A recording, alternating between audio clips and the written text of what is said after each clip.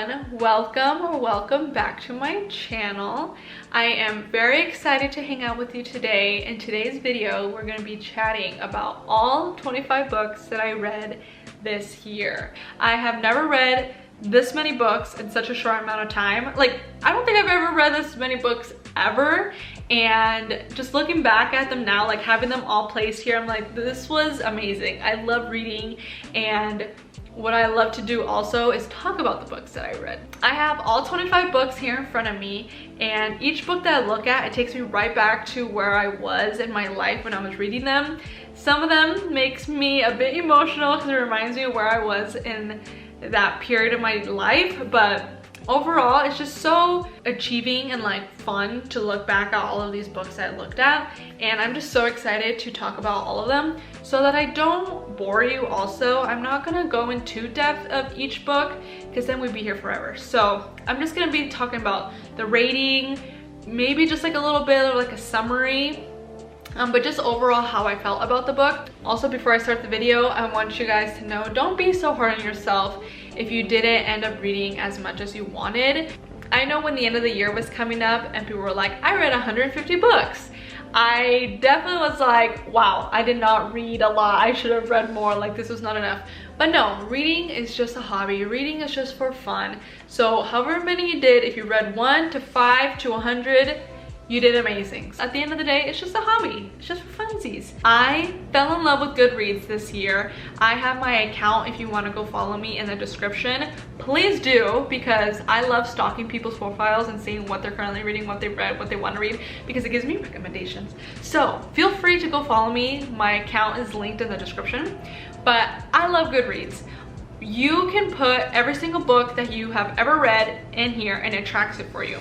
Also, in the beginning of the year, or whenever you start Goodreads, because that's how it was for me, it was just like in the middle of June, I was like, let me just try to use Goodreads, and then I fell in love with it, and ever since then, I track everything. On there, you can put your reading goal for the year. So for 2022, I wanted to read 25, and I met my goal. So what's really cool about it is it has a section for your goal of the year, and you just get to update it whenever you finish a book, and it tracks it for you. So I wouldn't have been able to remember all the books that I read, but thanks to Goodreads, I can go into my 2022 goal wrap up, and I just scroll all the way down, and it gives me the first book that I read this year all the way to the last book that I read.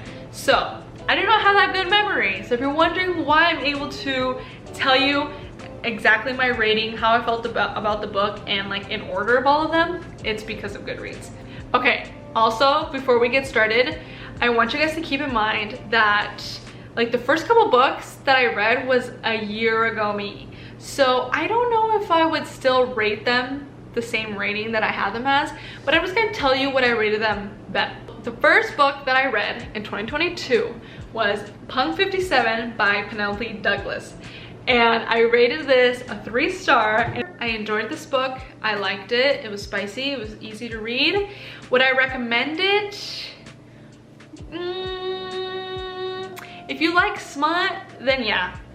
But if that's not your vibe, then no. The second book that I read was Rhapsodic by Laura Thalassa. And I bought it. I had the physical copy. I read it. I rated it a 2-star. I didn't care for it, and I literally gave it away into a like little mini library. I remember like I read it fast because the writing was easy, and the fact that I got rid of a book, that just goes to show that I didn't care about it. So would I recommend it? No, I didn't like it.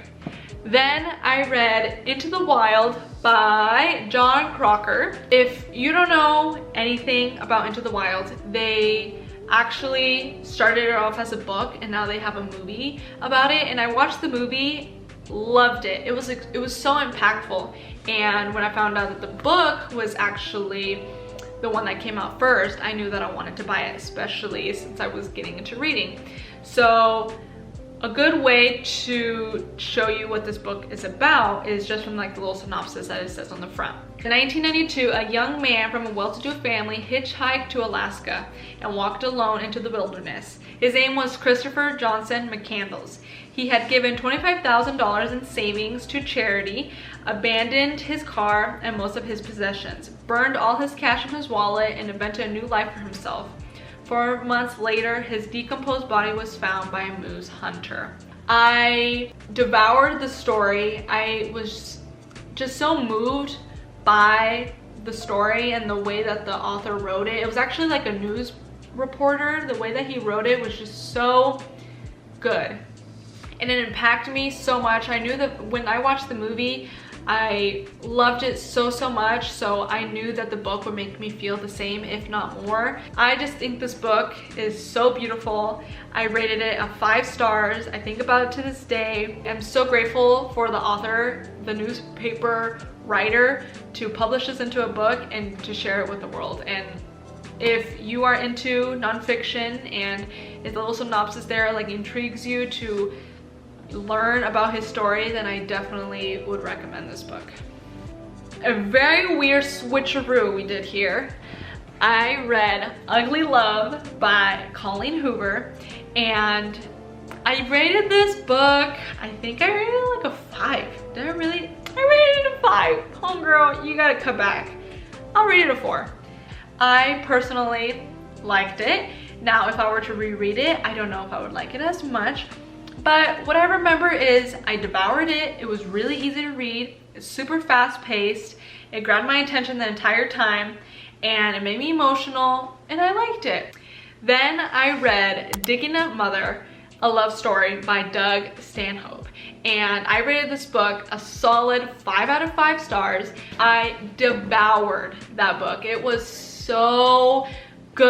I remember it had me crying laughing.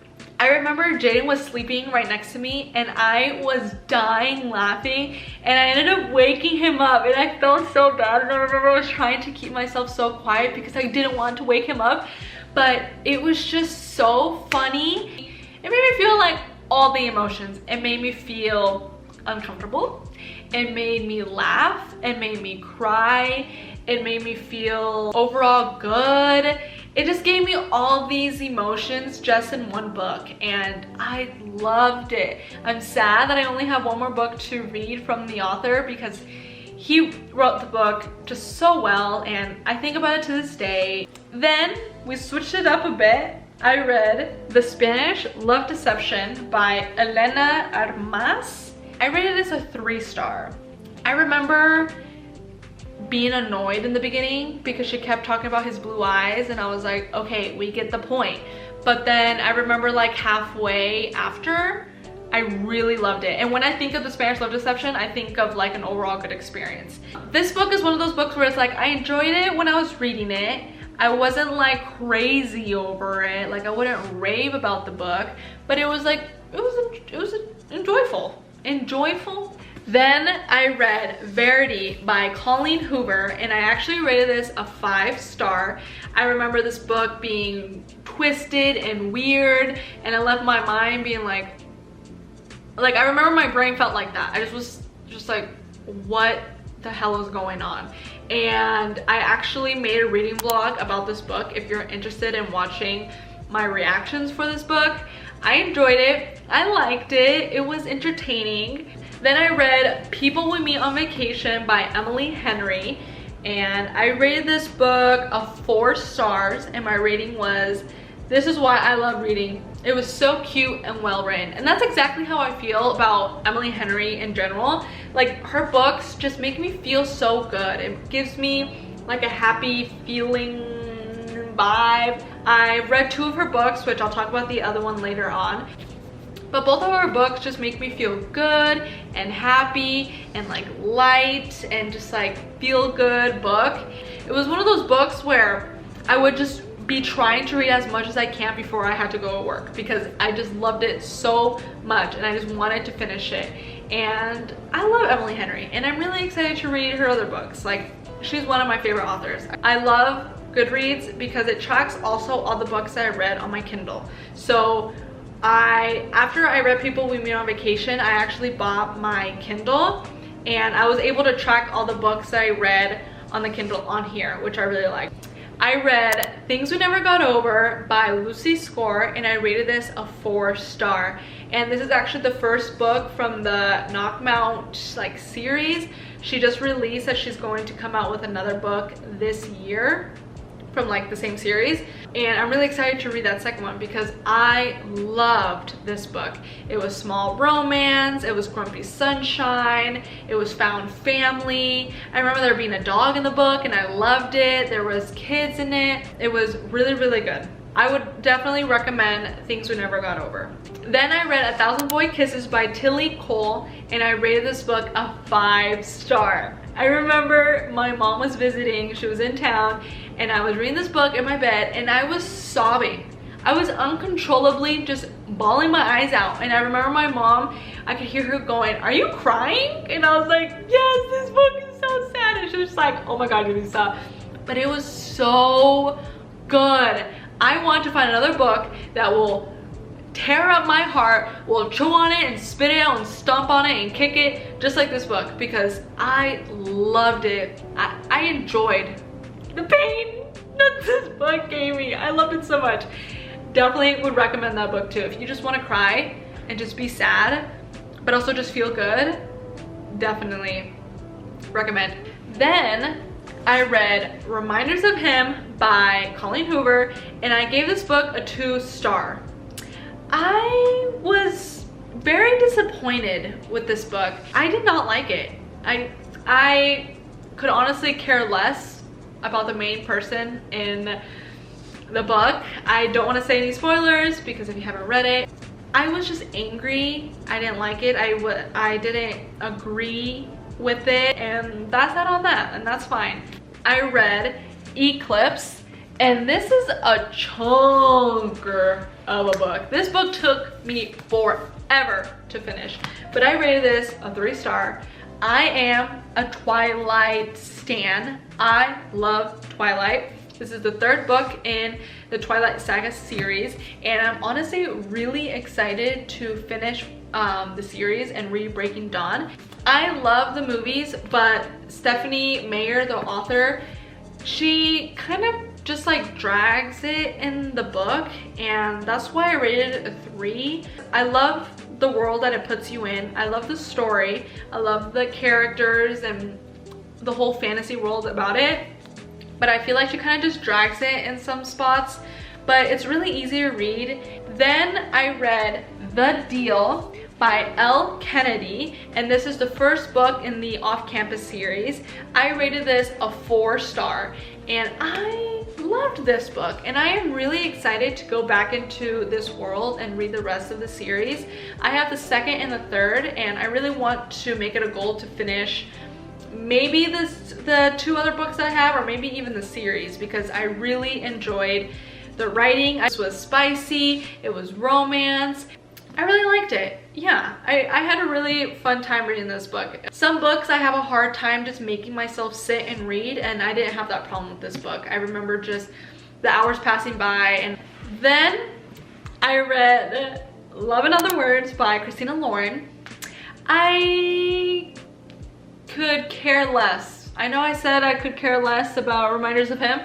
I could care less about Love in Other Words. I also got rid of that book. I put it in my mini library. I was like, this is not the vibe. This is not the energy that I want in my house. I hated that book. I hated it. If you read the book, then you can read my review because it has spoilers.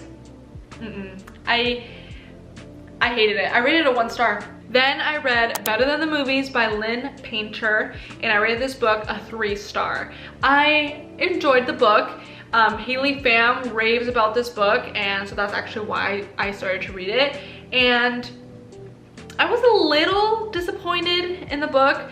I feel like the title, Better Than the Movies, and the way that the title or the cover looks, it makes you seem like you're gonna have all these like fun and cute better than the movie scenes in the book, and that's just not what happened. And I remember being a bit disappointed at the whole thing, but I really enjoy Lynn Painter's writing.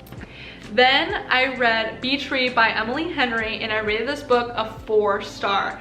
I remember I was in the biggest reading slump for this book, and it makes me so sad because then it ended up affecting the way that I was feeling about this book, and so I almost want to reread it just for that purpose. I feel like when you're in a reading slump, you should just let yourself be in the reading slump. Don't force yourself to read, because then things like this happen where I feel like I didn't enjoy it as much as I wanted to. I still rated it a 4-star, which means that I really did enjoy it, but I remember it being so hard to read. It's just because I was in a book slump. Jada just got home. Say it. So if you hear some commotion in the background, ayo. I really want to reread this book because the more that time goes by, the more that I realize just how good of a book it was, and I didn't appreciate it as much as I could have because I was in a reading slump. Then I read The Moonlight Child by Karen McQuestion. I rated this book a 3-star. I remember I really enjoyed the author's writing, but I expected more. I thought it was gonna be a like paranormal, like spooky type of book, and it wasn't. But that's just the expectations that I had. But I did enjoy the book. Nothing crazy, like I wouldn't recommend it. Then I read Malibu Rising, my first Taylor Jenkins Reid book. I read this book a 5 stars. This book was so good. I loved this book. I devoured it. Taylor Jenkins Reid's writing is just so good. She has this writing where you just don't want to put the book down, and you're just having such a fun time reading it, and you're like almost just watching a movie in your head when you're reading it, because her writing is just so smooth and good. It is historical fiction. It's about a family. It's about just like fame, and I loved reading about the sibling dynamic and the relationship that they had, and it made me think of just how much I love my sisters and just like how grateful I am for the relationship with my siblings. I highly recommend Malibu Rising. Then I read It Starts With Us by Colleen Hoover, and I actually rated it a 3-star in my Goodreads, which I'm actually gonna change to a 2, because now that I think about it, I didn't really care about it, really, like, especially after reading like Malibu Rising and more like impactful books like that. I don't know, like I guess like the story could have been impactful, it could have been good, it could have been like gripping and like entertaining, but I just felt really bored. I felt like the best way to explain it is just it felt like a really long epilogue. Then I read November 9th by Colleen Hoover. I didn't realize how many Colleen Hoover books I read this year. I rated this a 4-star. Again, I think I would change it back to a 3. You get on this like high after reading a book and you give it like a really big rating, and then as you like soak in after you like let the book soak in and you process it, you're like, wait, I didn't really think it was that crazy of a book. And sometimes it's the other way around. It's one of those books now that I'm like, I don't agree with it. Like, I had fun with it, and Colleen Hoover's writing is really good. My little friend came to say hi. My little gatita. I can separate it in my head. I can be like, this is just fake, this is just for funsies. But if this were real life, it would be a little bit scary. Then I read A Good Girl's Guide to Murder by Holly Jackson, and I rated this book a 4-star. I really enjoyed this book. Very easy and fun to read. I remember my feet were like cold and sweaty because I was just like on edge, and it was suspenseful, and it was just so good, and I could not guess the plot of it. And it's actually a part of a trilogy, and I bought the 2nd and the 3rd book. I'm really excited to finish the series, and I hope the others don't disappoint because this one was so good, and I would highly recommend A Good Girl's Guide to Murder. Then I read The 7 Husbands of Evelyn Hugo. 5 out of 5 frickin' stars, dude. I highly recommend to read Malibu Rising first and then The Seven Husbands of Evelyn Hugo. Only one of the characters intertwine with the two books, and so that you have like the full experience, you should read Malibu Rising first and then The Seven Husbands of Evelyn Hugo. This book gave me like the best book hangover ever. And what I mean by that is when a book is just so good, you almost don't want to read anything else because you don't want to be disappointed. She just had me in a dang chokehold and I did not want to read anything else. It just had my attention the entire time. And I know that I'm gonna be thinking about this book for forever. I loved it. I loved it so much. I read Icebreaker by Hannah Grace and I rated it a 3-star. And I would actually rate it like almost like a 3.5, 3.7, like almost a 4-star. I really enjoyed this book. And this is the first book in the UCMH series. And I'm really excited to read the other books that she comes out. The couple in the book had the best communication skills. It was super spicy. It was like almost like the spiciest book I ever read. It was so good. It had almost like a found family type of energy.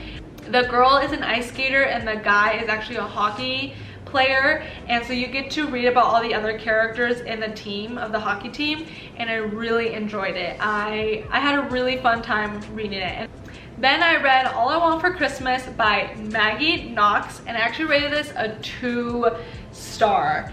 The couple in here, it's not like Icebreaker, they did not communicate and it pissed me off. At the very end, I was just so sick and tired of the story in the book. I was just like, dude, just freaking communicate. It made me mad. I'm like, how old are you guys? And you guys are not communicating. Like for a chapter, it gave me that really fun Christmas, snowy, sledding, hot cocoa, cozy fireplace vibe. But then that was like for a chapter and it was like 30 chapters. So I was kind of like, eh. Then we have books like A Flicker in the Dark by brilliant Stacey Willingham. This book was so good. I absolutely love this book, and it's actually freaking signed. It's freaking signed. And I got this book from a mini library in my neighborhood. That is so cool. This book was amazing. It was a bit of like a thriller, suspense, it was spooky. Her writing is just so good, and I almost just felt like I was watching a movie because it was so good. Like, there's only a certain amount of books that makes me like in this like trance, and then I snap out and I'm like, whoa, I was reading that whole time, but it just felt like I was watching a movie. I highly recommend A Flicker in the Dark. So that is a wrap on all 25 books that I read in 2022. I just had such a fun reading year, and it just makes me so excited and thrilled to read in 2023. If you read any of these books, please let me know in the comments. Let me know what you thought and what your rating was. If you enjoyed this video, please give this video a like. Please comment, share, and subscribe, and I will see you next time. Bye!